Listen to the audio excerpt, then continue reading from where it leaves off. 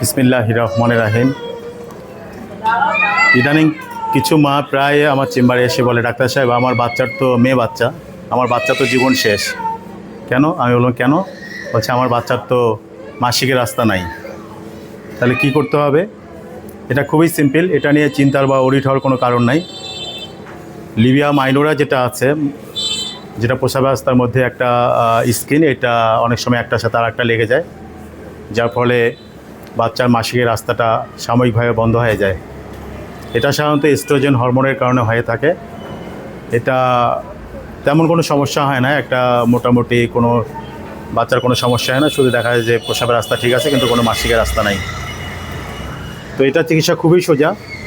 যখন এটা ডাক্তারের কাছে আসা, ডাক্তার যদি এটাকে এস্ট্রোজেন হরমোন, যেগুলো প্রিমারিন নামে পাওয়া যায় অথবা ফ্যামিস্টিন নামে পাওয়া যায়, এইটা যদি ওই স্কিনের উপরে একটু লাগায় দেয় 1 থেকে 1.5 মাস, তাহলে মানে বিস্ময়করভাবেই চামড়াটা নরম হয়ে যায় এবং আস্তে আস্তে চামড়াটা আলাদা হয়ে যায়, তখন মাসিকের রাস্তাটা খুলে যায়।